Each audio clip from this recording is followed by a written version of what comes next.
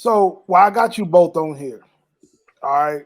And this is gonna be the thing I'm the topic I want to close out. Smoke, you and I were having a discussion on the phone. We talk like 10 times a day. We were talking about recruiting, evaluation. Carey, you and I just had a conversation yesterday about recruiting evaluation. I was a high school coach. I had a lot of guys that went to the next level.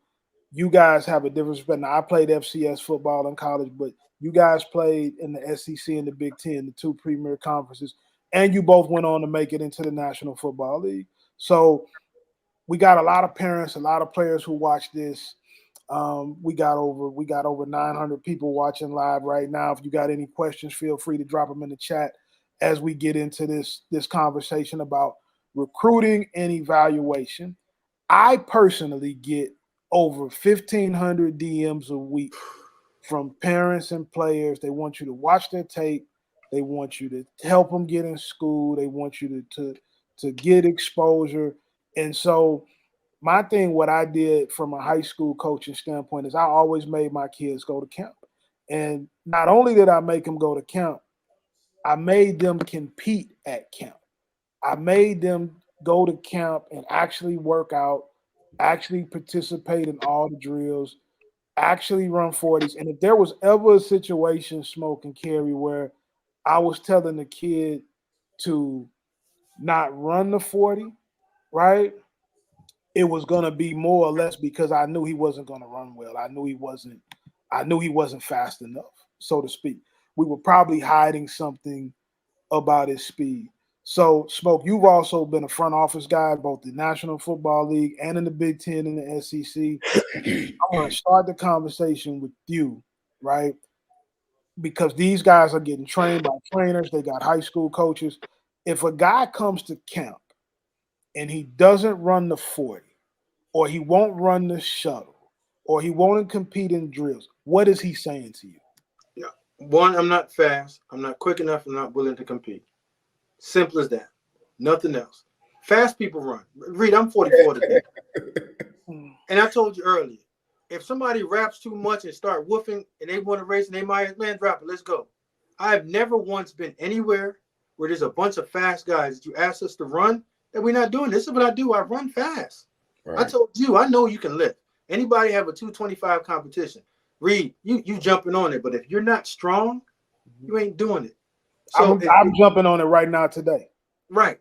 So if your trainer is telling you not to run, and there's any front office, general manager, DPP that's listening to that and saying that, yeah, you don't got to run, you're taking a player that you don't have verified speed on into your school if you're a skilled player, and you're going to find out later on that they can't run. Shame on you. Yeah. But if I'm recruiting you and I'm giving my okay on you and the green light on you to my head coach, I have verified hands, height, weight, and you're a skilled player, you better run. If you don't run, I don't want you. And I don't care what star you are. You're not going, I can't put my name on you unless I can say, yeah, you know what, coach? He the real deal, and he can boogie and he can run. Fast guys run. And at every level, Carey, you and I both know, you're going to have to get on that clock. No question. In high school, college, in the league, you're going to have to run. At some point. You're going to have to show it. Don't know. Nobody cares what you say. Let me see it. Let me see what you were able to do. I don't care how fast you tell me you are, unless they got verified times for some track meets or like you got track times. They'll probably say, you know what, coach, I'm sore, whatever. But you got a 10.5 on 10.4 on your track. You know what? Okay. Yeah. And it's laser. Yeah. Don't worry about it. Yeah. But if you're not running, if they don't got no verified time, they do not care. No bueno. It's too many kids that are available. Yeah. And I think one thing parents have to really understand is you look at your child, the apple of your eye. He is the best thing you've ever seen. And to some coaches, they see 15 of them a day. Yeah. Like put about 1,500. So in order to separate yourself, like you said, you got to take care of your school.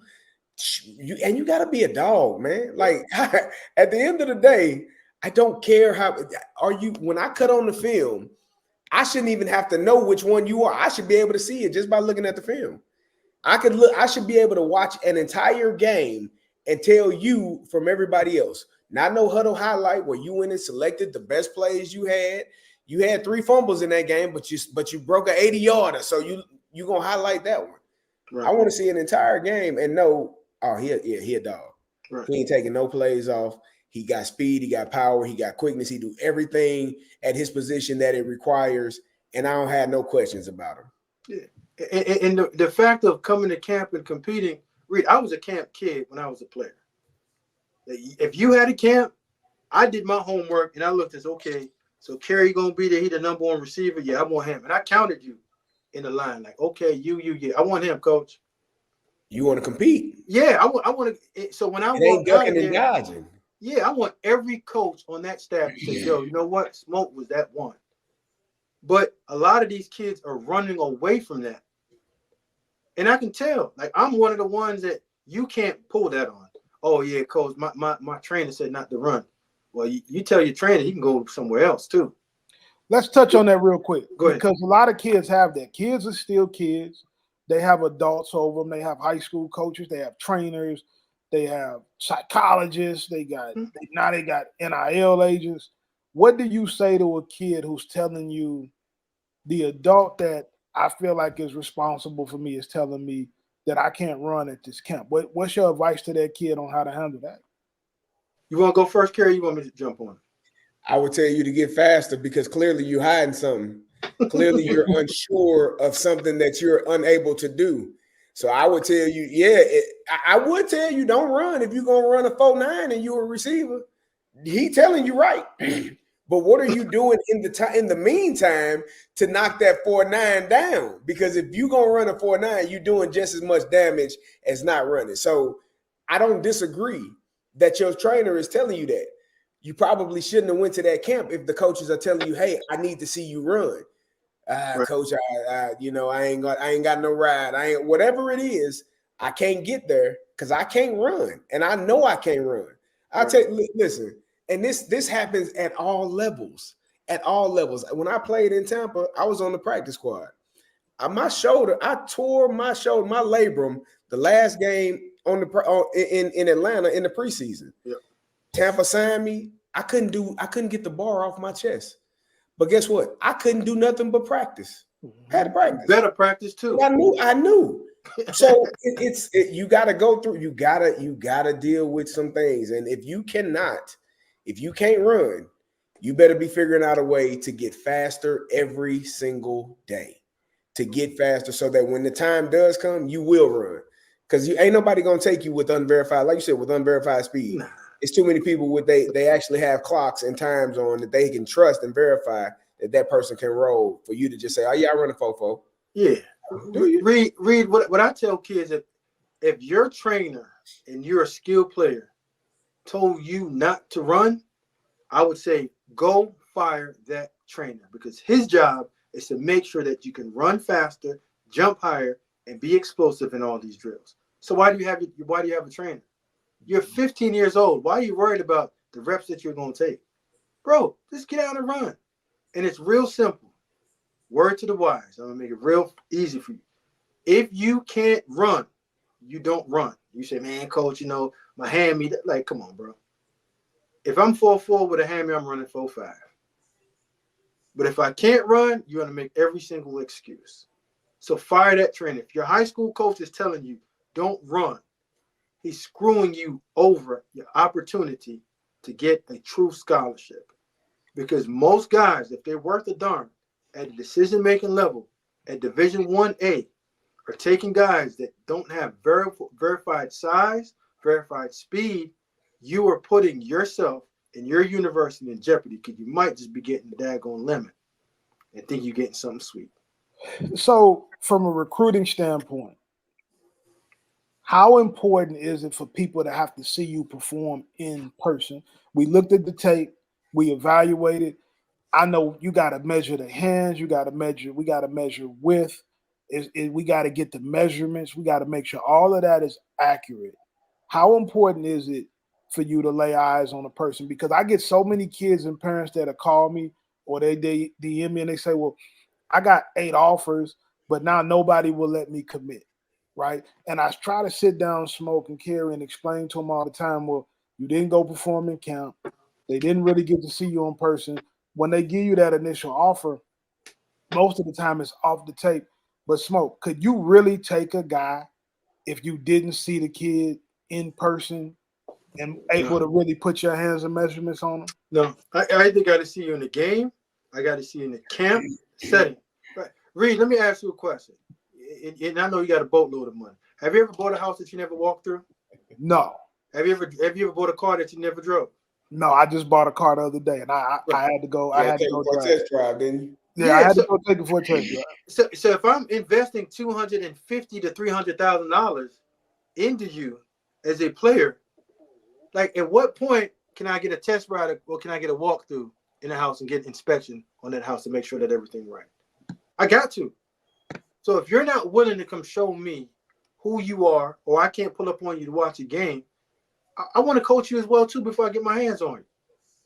I want to see how you are in a competitive environment when you are not at your best, or when you have some type of adversity to run upon you.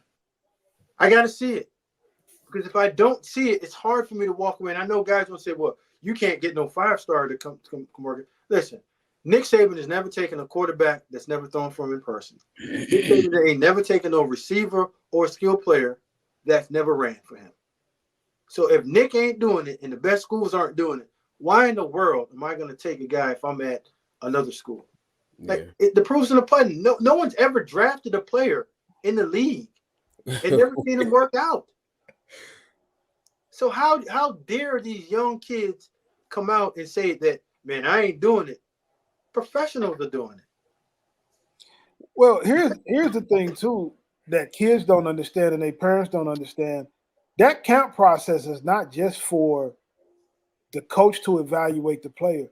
It's also to see if you like the way that guy coaches you. There you go. Yeah. You should be trying to see, hey, did he give you any game that made you a better player? Did you like the way he taught you? Were you guys able to communicate? You might find out when you work out for him that you don't like him either, right? Right. And so that's why we end up having so many transfer portal situations, because people aren't really trying to know each other. You're trying to get a scholarship for nothing. On some end, the coach is trying to recruit for nothing, and there's no really courting or bonding experience that's real connection. No real connection. And now you got a kid in camp and he's not good enough, or he's not tough enough, or he doesn't, or he lacks the things that you know he needs to be successful. Then you might find out the kid really doesn't want to play the way that you might have thought he wanted to play. Now the kid doesn't like the coach. He's not my kind of guy. He's not my kind of dude. I don't like the way he communicated. A one-day camp really could have solved a lot of that. Yeah. Ego gets involved because guys are like, and it comes from high school coaches. Like I was a high school coach. If you want my guy, you better take my guy. And you put them in a situation and then they don't like each other. I would tell college coaches all the time. I got to the point, guys, where so many college coaches were calling me. I said, you don't got to recruit me. I'm not the guy that's going to be there playing. You don't have to call me at all. You can stop calling me. You can call, but you got to call this kid. You're going to be coaching him. You're not going to be coaching me, right? Yeah. So the relationship that you were trying to get built between the player and the coach, that camp process, I feel like was just huge to that. Carey, in 98 degrees or 100 degrees in the summertime, being hot outside separates some of us, don't it? Boy, it changed your life. so Let's say something. That and 6 a.m. workouts, and when it's snow on the ground, like it's 5 a.m. when you getting up and when you walking across or driving over there, and it's 30 degrees or it's 20 degrees or it's 10 degrees. Do you really love football? Because you about to go work out for an hour and a half. Right? Do you really want to do that? Because everybody say they do, but when the rubber meet the road, everybody don't really want to do that. So if a kid's in camp and I'm asking you, like, it's hot out here, we got to do one more drill, or I'm gonna put you in the worst situation I possibly can just to test you, your mental will, to see how far you want to take this. Dog, give me one more rep. Like, coach, man, I know right now I'm taking a note. Not willing to do anything to win. And I know that. So if it comes down to you and another kid and everything's even, I can say, you know what? I can lean on that kid more because he came to camp. He performed. I worked with him. He's coachable. And the word is coachable. I don't know that you're a coach and not coachable if I don't coach you hard or teach you something new and you have to apply it. Now I understand how well you can learn. I think the thing I've learned just playing ball, watching ball, being around it so long, like the best players are the ones that work the hardest. Yeah. Like they real life, like they are. Why he work harder than you? It's not a mystery. It's not a mistake. It's not, well, how did he be? Because he's talented and he worked his butt off, man. Like God gave him something that none of us could give him. Right. But he also got a work ethic that outmatches all of y'all. Right. So that's why the people that are extremely talented and have the most success usually are the ones that work the hardest. Like if you have aspirations of playing in the NFL, I don't care how you think you're going to get there. I don't care if you're a first round draft. I've seen first round draft picks, second round draft picks. I've seen second round draft pick wash out in a couple of years. First round in 4 or 5 years. I've seen undrafted guys play 10, 12 years. It ain't how you get there. It's what you do when you do get there. What is your mindset? What is your work ethic? And that's the same for if you're a walk-on in college, if you are a 5-star, however you got there, how are you going to stay there? Because how you get there ain't necessarily, that's not the end of the story. You got to work, man. And I think a lot of kids, like you said, just this mindset, I'm going to be rich and famous. Well, how? How? Where's the work at? What are you going to do to get there? Ain't nobody dropping $50,000 off, $100,000 off in your hand just because you. Like, you got to put in work, man, and grind yourself to the point where to the point of exhaustion. And then guess what? You get to get up and do it again tomorrow. That's your reward. And enjoy it. Carey, I know when you played in the league, you saw guys do things in practice that you like, yo. And they did it in practice. So when they did it in the game, you're like, yeah, wasn't no big deal. Normal behavior, man. I seen Drew Bledsoe when I was above the ball ain't touched the ground. Yeah. Peerless Price and Eric Moore, the ball ain't touched the ground. So when they get in the game and they doing things, you're like, are you surprised? Like, no, bro, they do something crazier in practice. Right. But some of these dudes don't want to go and put that work in to understand that's what it is. They think going with a trainer and doing every single drill moves me. Yeah, I'm an old school real evaluator. I hear better with my eyes. I see better with my eyes, and I get everything else from looking and hearing everything else. Last part I'm gonna talk about on this. Can a parent cost their kid a scholarship? Can parents rule recruiting? 1,000. Yes. 1,000%. I just had a coach tell me that this summer. He said, man, there's a kid we love, man, and the way his mom and dad acted when they were up here, there's no way in the world we would sign that kid. Literally, won't do it because they aren't only evaluating you as a player, they're evaluating your where you come from. How are your parents? Because if you act like this now and you're not even signed or committed, how are you going to act when your kid is facing adversity? When he's not getting the playing time, or he not getting the ball, or he not, the star quarterback, whatever the case may be, how are you going to respond? I already see. I got a glimpse of it. So I'm not going to even waste my time with you. So yes, it happens often. And the crazy thing is Carey, I had to sit I was at the Vanderbilt game this weekend, and I sat in the section where one of the players from Vanderbilt family was sitting at. Probably the wrong thing for that event to happen because that family made a complete fool out of the kid on the field. I probably won't go to another game, and if I have to sit there behind those people, like Bear got tossed on my kids because you're celebrating, bro. Right. Like your family members almost got kicked out of the game repeatedly. Yeah. And the worst thing is one of the NFL and UFL execs called me Sunday morning, good friend. They said, man, I know you was at the game. Tell me about this particular player. I said, I wouldn't touch him. So yes, you can cause. Yeah. Just by the way that your family acts. Your mother or father can cause you an opportunity to get a scholarship just because your dad just wears everybody out. And Yeah. there's somebody else on the board that's close. Everything even, and you wear my coaches out, like we don't have that much time to sit there and be bothered with you unless you're a difference maker. And once you become that, once I can replace you, yeah, I'm gonna replace you and be bothered with you anymore. So yeah, you can cost your kid 100. Like, just stay out of the way. And let me tell you one. Let me say this one last thing, because I had a coach tell me this, and it was so profound. And this resonates for every level. And this was my guy. He loved me. I love him. He said, "Man, you know, our job as coaches is to tolerate you till we can replace you." He loved me. It's my dog. He loved me. He said, right. "Oh, yeah, my job is to tolerate you till I can replace you. That's it. I got to find somebody better than you." and guess what? Your job is to not let me find nobody better than you. That's the cat and mouse game all day long. I'm trying to find somebody better than you, and you better not let me find nobody better than you. That's all it is. And the craziest thing, it's not that hard to work hard, be a good person, stay out the way, surface when needed, play when you have to, make the plays that come to you, and you'll be perfectly fine. And that's not saying it's going to give you an opportunity to go to the NFL, but you can be a good college player. And if you add everything in and you end up in the right place at the right time, Carey, right? You first rounder, second rounder, you apply those skills at every single level, do your work, stay out of the way. They don't have to worry about you. Stay off of every single list and play hard. You have an opportunity, because if I don't got to worry about you and you're making plays, I'm good. For a while. You'll be there for a long time. This is a parent question. Last one, then we're going to get out. Smoke, I'm going to start this with you. Yeah.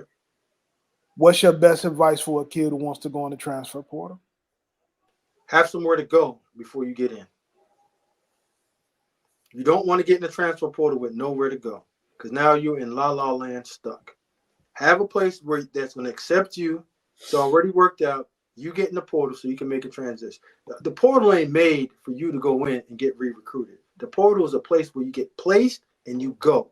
If you're in there more than one day, good luck, because people keep on getting in. You don't get in unless you know exactly where you want to go. Be wanted before you leave. I'll second that, because I had a young man that I know at a university, wanted to jump in the transfer portal, jumped in the portal, didn't get signed, went back to class, second semester. Mom got a bill because mom didn't know, nor did he know, you're no longer on scholarship. That scholarship was removed when you went to the transfer portal. There you go. Mom almost had a heart attack. Getting that bill. 40 grand, 40 band showed up. What's this? Your son made an adult decision without having a plan. And so have a plan, have a plan in place of how you want to go about this, because you're making a grown decision that will impact your life. Before you go, know what you got to do and know where you're going to have an idea of what's going on. There you go. So what I'm gonna tell you, young people, is this: if your dad is Carey Davis or Smoke Dixon, you can go in the portal because they have the 40 grand a year to pay for your tuition. Right? I ain't gonna get to you if you make that bad. You do that on your own. You by yourself, dog. They definitely have it. But what I will say is this: most of the time, kids that want to go in the portal shouldn't go, right? Yeah. Because typically we're talking about a playing time situation, a who you like situation. One of the biggest misconceptions in life is that you have to like the people that you work with, work for, and are teammates with. And you don't. You don't have to like each other. You don't have to be friends to win, but don't run away from what you're trying to do to be successful. You're going to get cussed out by your college coach. He's going to do some things you don't like. And if you want to play, you're going to have to compete and go through a process. Most guys don't play as true freshmen. There's only a handful of guys that are going to play their first year. And so most guys, as soon as they don't play or they're number two, they don't like it anymore. Now you looking to run. Well, whatever you couldn't do, if you wasn't a great route runner, if you weren't great in run blocking, if you were a good pass rusher but you couldn't stop the run, every deficiency that you have in your game is going to follow you to your next location. And you probably won't be able to play there either unless you can fix it. Now, those guys who are playing great ball and they leaving because they can get millions of dollars other places, that's a small group of guys. We're not talking to those guys, right? Out of the 4,000 guys that are going to go in the transfer portal this year, we're talking to 3,900 of you, right?